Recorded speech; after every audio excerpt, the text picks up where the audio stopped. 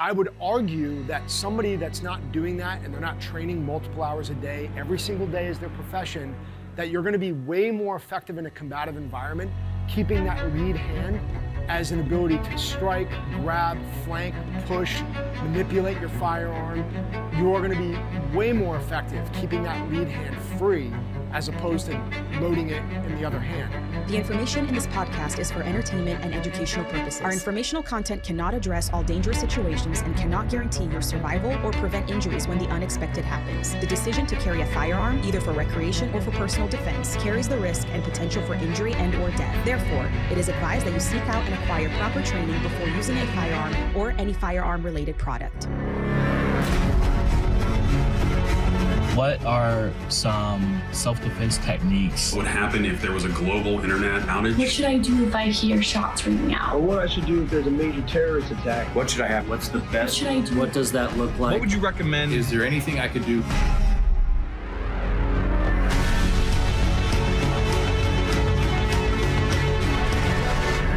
All right, guys, welcome back to Dangerous Questions.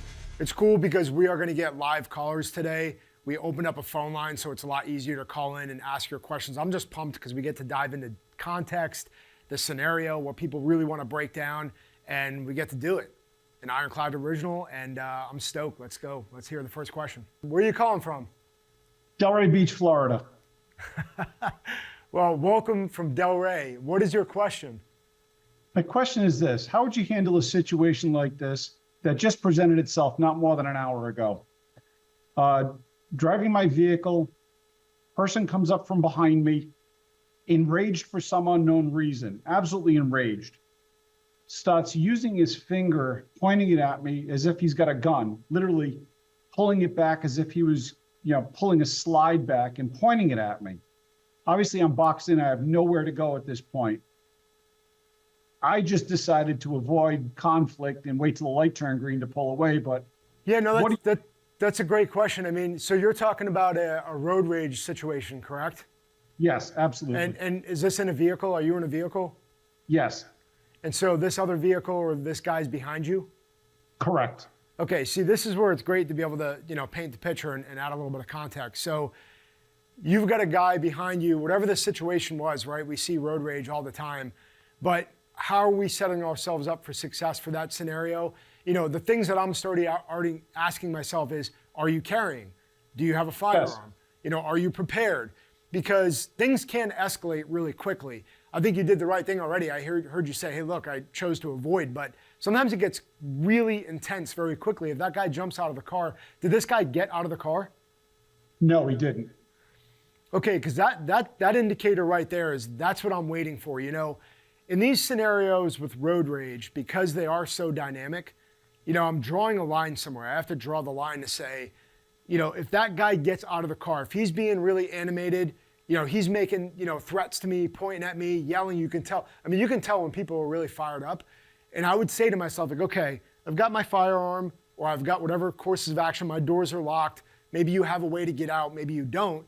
I mean, that's also what I'm starting to think about. Did you block yourself in? I tell people all the time, don't get on the bumper of the vehicle in front of you.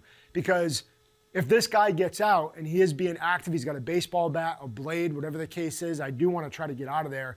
So if I have enough room to smash my way out, well, I had probable cause in that situation. Of course, ask, a defense attorney this, but at the same time, if somebody's coming at my car with a blade, I can get out of there. I mean, my life's on the line. This guy's coming after me. But if I draw that phase line, if this guy gets out of his car, then it's clearly time for me to arm myself because I'm trying to avoid and he's being overt and coming after me. I think you did the right thing, trying to avoid in that situation. But ultimately, I'm thinking about how do I calm this guy down? How do I get him to de-escalate? It's the classic thing of showing somebody your open palms. I know we tend to get caught up into the fight too, and we get pissed off and want to push back. But I think in some cases it's the worst thing we can do when I'm really, if I have my family or if I have my 3-year-old in the car, it's like maybe I just look at this guy and say, hey, it's all good, calm down, relax. You even say that with your mouth, like, hey, it's all good, sorry. Saying sorry, and doing that. Sometimes we'll get somebody just off the ledge enough to be like, okay, maybe it's not my day, because they have to fight through that unknown too. You know, they have to say to themselves, if I get out of the car, there is a chance that this guy has a gun too. And we are in America and we can protect ourselves. So it's becoming more and more likely that good citizens are prepared to defend themselves. I think criminals are getting smart to that too. I mean, the guys that are out there, yeah, they're getting more risky, but at the same time, they also know that there's a risk to themselves. Does that make sense? It does, absolutely. Awesome. Yeah, that's a great question. I mean, road rage happens every day all over the world. We need to visualize it, prepare for it. De-escalate and avoid is the best case scenario. If you can't do that, draw a phase line and be prepared. You know, yes, do I recommend that you have a firearm? Do I recommend that you have great training? Do I recommend that you have good communication skills? Those are going to get you out of a lot of trouble really quickly, and they're going to help you in those scenarios, but you've got to rep this out. You've got to train it and be able to mitigate that. It's an awesome question, David from Delray. God bless you, man, and can't wait to see you. Thanks for having me on. I appreciate it. All right, peace. Say your name and where you're calling from. Kerry from Houston, Texas. Kerry from Houston. Right on, man. Well, thanks for calling in, and I'm hoping that this allows us to get some dialogue, but what's your question? So my question is, I carried for work or off duty, and I noticed that you carry your fixed blade on the same side as your strong hand. What's the benefits of having it on the same side versus on your offhand side for your fixed blade? That's a great question. And honestly, I get that question a lot from not only guys that are carrying off duty, I get it from, you know, citizens, and I also get it from tier 1 operators that are really trying to refine their technique. I mean, everybody asks this question, and I'll tell you why, because I watched the evolution of this tactic kind of come into play. You know, I was around a lot of guys that started implementing the lead hand draw, and it was from a very tactical perspective of thinking about, you know, cinching up with somebody or clinching or getting a firearm out and wanting to use the blade as well. Now, the argument that I have with this is the person that's choosing to carry that way really getting the repetitions in needed in order to become extremely proficient with that lead hand or left hand blade, as opposed to using the dominant hand for blade work or pistol work? And I'll explain, I'll go a little bit deeper on what do I mean. If I'm into an environment where most likely I'm gonna have to deal with not only threats, but I'm gonna have to deal with unknowns. So if I'm in an environment where I'm escalating my platform and I've got a blade in my lead hand, I've got a pistol in my right hand, well, now that really loads both hands up. Now, I'm not saying that you wouldn't do that even if I was both dominant side carrying a blade and a pistol. That could happen as well. But what tends to happen now is I can't go and grab onto an old lady with my lead hand. And I would argue that somebody that's not doing that and they're not training multiple hours a day, every single day as their profession, that you're gonna be way more effective in a combative environment, keeping that lead hand as an ability to strike, grab, flank, push, manipulate your firearm. You're gonna be way more effective keeping that lead hand free as opposed to loading it in the other hand. The other thing is context with, unless you have a scenario in mind where you're like, hey, specifically this specific scenario where I'm battling on why to do what when, is that if I say, hey, this is a scenario, I got multiple attackers, I don't need my gun out, this is gonna get hairy, but I can deal with it with my blade. Maybe I jab a guy, I get him to get away from me, and I flank another dude. Or I load it in my dominant hand. Now I get 2 or 3 people deep, and he's starting to access a firearm. Okay, well, guess what? I'm gonna switch hands, because the fastest thing I can do is pass that blade off to my lead and then draw my pistol and get an accurate shot to the guy that's actually gonna present the firearm. So now both are loaded, but they were purposeful in escalation, as opposed to not really thinking why I was gonna do what and when. Does that make sense? And is there a context that you're thinking about each way? It does make sense, because generally I carry appendix, and so watching you and in some of your interviews just talk about, you know, where you carry, I was just trying to think of, you know, for me, well, you just answered it. You would switch hands, because I was like, wouldn't the knife get in the way? So no, you answered my question. Correct. And if I appendix carried my firearm, I would put my blade, my dominant blade on my dominant side on my hip. I would just swap them. They would just be swapped because there's a lot of principles that go along with backing this up. And again, I'm never going to take anything away from somebody who decides to carry differently. My encouragement is always going to be to train as much as possible. But if you put your weapon side back and you shift your right hip back or whatever handed you are, well, that just effectively put my blade and my firearm bladed back, where if I have one on one side and one on the other side, now I'm technically putting one closer to you. And the other thing is if you're doing a blade and a firearm draw, one's gonna be down, where if I have both on the dominant side, I can always use my left hand to block, to crash, to grab, to manipulate, to flank. I very much think of my lead hand as an active hand. And it's not that I wouldn't say, you know what? This scenario calls for me switching the blade in the other hand, and now I'm gonna clinch this guy in the back of the neck with my left hand as I draw my firearm. That is not something that I don't think that's unreasonable to think about that. But at the same time, I wanna be able to keep my left hand open to grab the old lady or move the kid or move somebody else while I still do have a pistol in my hand or something of that nature. So just think about the context and then think about the escalation and de-escalation of employing both of those weapons. I think the way you're thinking about it is awesome because a lot of guys ask this very specific question, and I kind of geek out with the details of these, and that's my why behind it. And I've always backed that up in scenario training and live range training, is that it all seems to make sense to keep my primaries on my dominant side, because even I myself question if I'm gonna get enough reps in with my lead hand, with my blade, to really make a difference to switch sides as opposed to drawing it with my dominant and then switching if I needed to draw my firearm. But it's a great question, man. I mean, honestly, you're not the only one. I've had hundreds of guys ask me that same exact question. So it's a good one. Does that make sense? It makes complete sense. Thank you.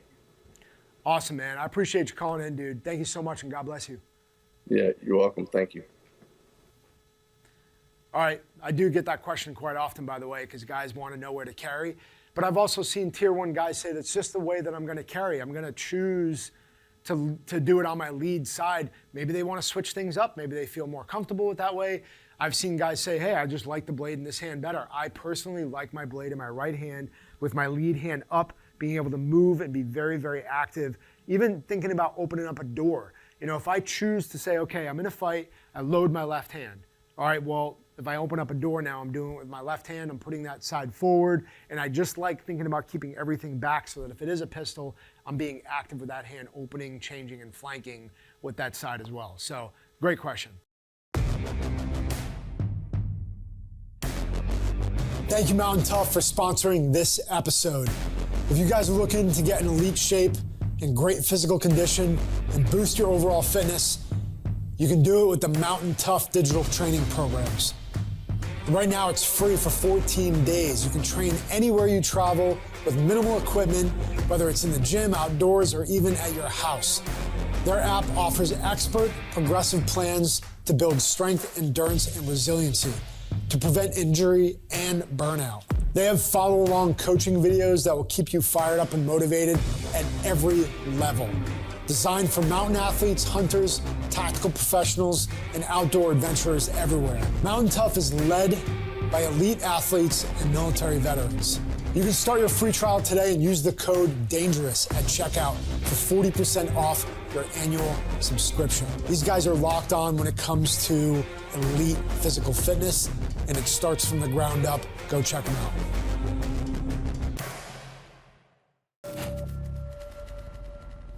All right, next question.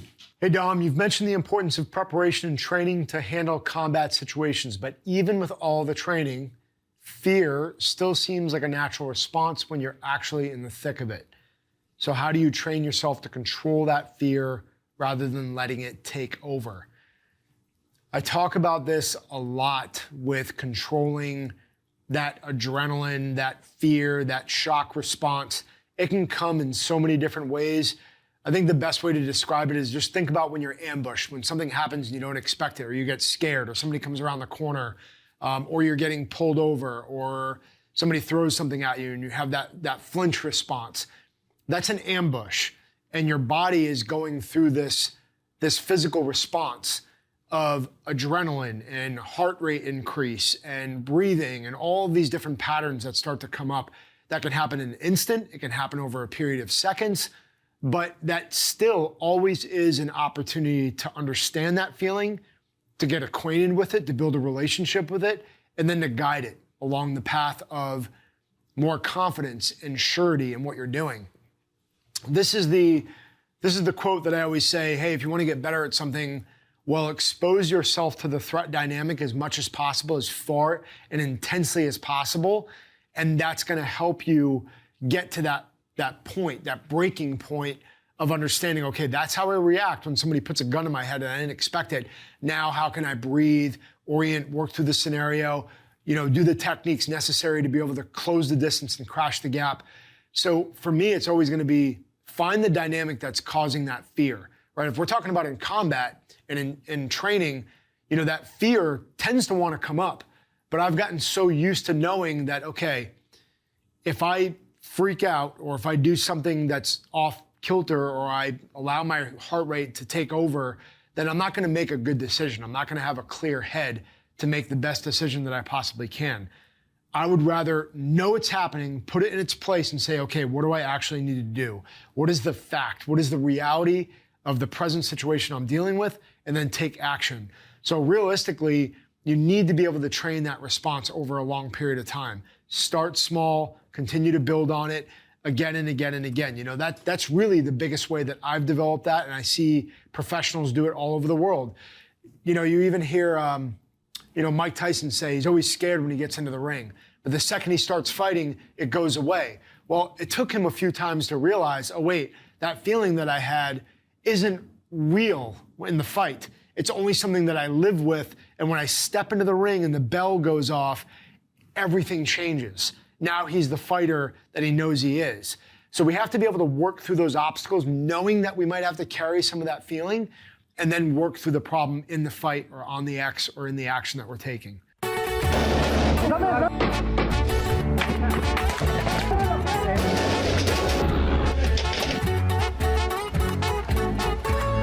I'm Vince Vargas, the host of the Ironclad original Borderland. Last season, we took you on the front lines of the border crisis.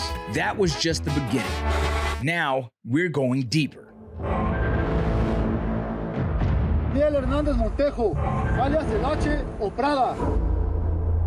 On the new season of Borderland, Narcosis, we'll take an even closer look at the institutions, criminal forces, drugs, and operations that are driving mass migration from regions torn apart by violence and corruption.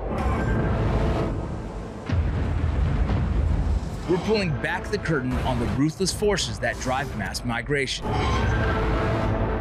Organized crime.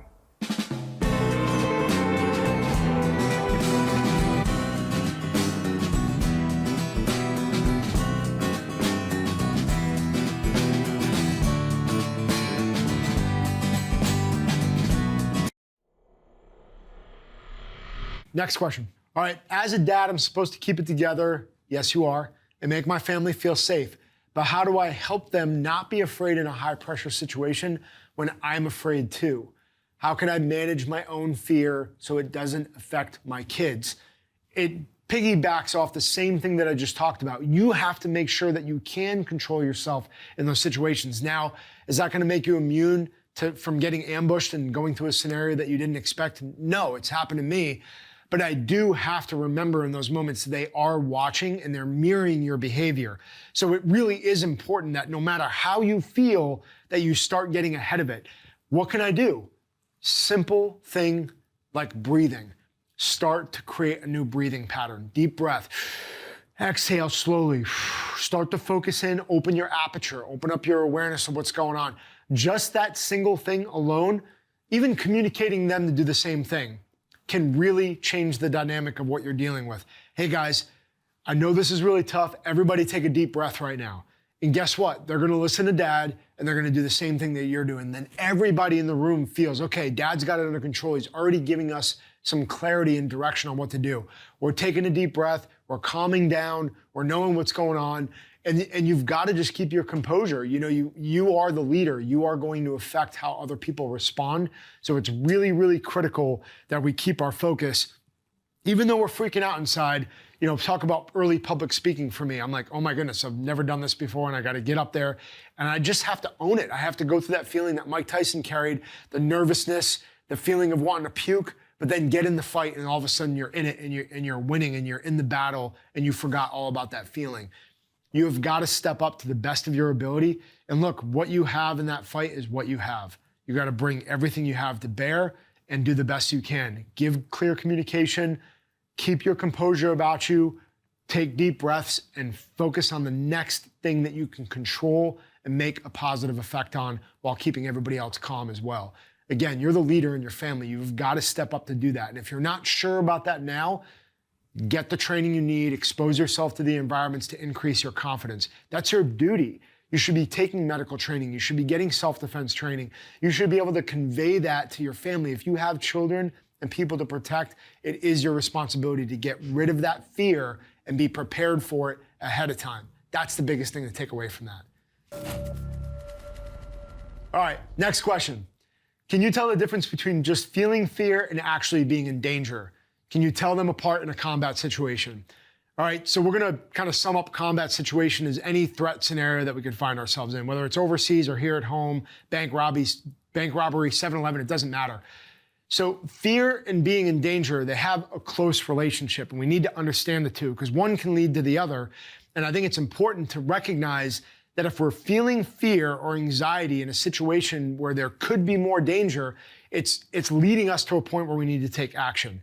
If I'm in a situation where I'm leading guys to a target, I'm on a 1-foot path and I've got a cliff that drops down 500 feet next to me that could lead to my death, there's a little bit of fear welling up in me that says, okay, that could lead to danger. But what am I going to do to change my behavior because of the fear? The fear must trigger a response of action in order to mitigate the danger. That really is the difference. I think that's the contrast we need to explain to ourselves is don't just think of the fear, all of a sudden that fear is danger. It's that the fear or the anxiety or the awareness leads you to take action to mitigate the danger. That's the key thing that I think really needs to be understood so we can respond to each environment correctly. All right, guys, that wraps up this episode. It was great to have the live callers on today to be able to actually get into dialogue, get into context. We're going to do more of that. We're going to have you guys so it's easy to access, easy to call in. We want you guys to bring those questions. Anything that you're challenged with or questioning or don't quite know how to walk through yourself, it's going to be great to go back and forth because even a question like this, fear and danger, it helps when we have context to really be able to break that down. Thanks for supporting us, guys. God bless you, and we'll see you on the next one. Peace.